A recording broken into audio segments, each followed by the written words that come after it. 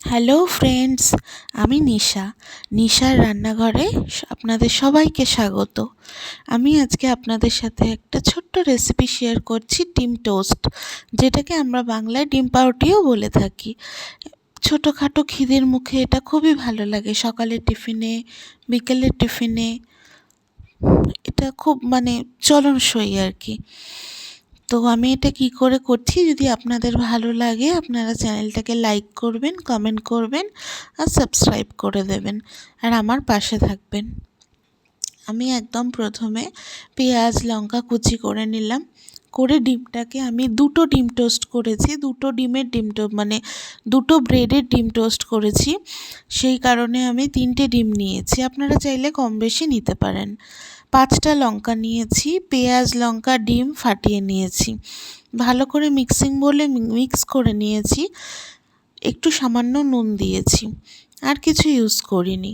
তারপর এটাকে ভালো করে মিক্স করে ফ্রাইং প্যানে তেল গরম করেছি, করে মিক্সিংটাকে দিয়ে আরেকটা কাজ, আপনারা চাইলে ব্রেডের ওপরের পোর্শনটা নাও ফেলতে পারেন, আমি ফেলে দিয়েছি। তারপরে ব্রেডটাকে ভালো করে ডিমের গোলায় ডুবিয়ে কোট করতে পারেন, অথবা অমলেটের ওপরও ব্রেডটাকে দিয়ে ডিম টোস্ট করতে পারেন। আমি প্রথমে তেলটাকে ভালো করে গরম করে তারপরে ডিমের ব্যাটারটা দিয়ে অমলেটটা করে তার উপর ব্রেডটা দিয়েছি। ব্রেডটা দিয়ে এপিট ওপিট করে তারপর ভালো করে উল্টে ব্রেডটা ডিমটা সেঁকে নিয়েছি। তারপর লাস্টে আপনারা গোলমরিচের গুঁড়ো, টমেটো সস, এমনকি বিট নুন দিয়েও পরিবেশন করতে পারেন। আমার বিট নুন ছিল না, শেষ হয়ে গেছিলো, সে কারণে আমি বিট নুনটা দিতে পারিনি।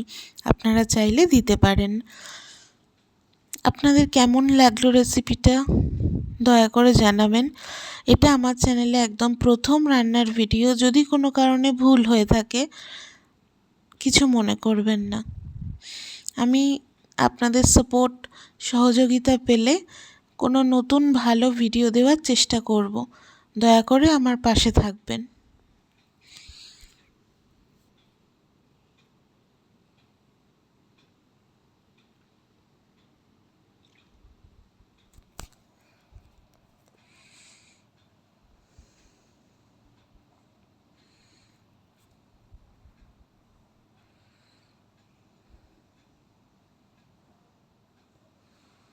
আমার সাথে থাকার জন্য ধন্যবাদ।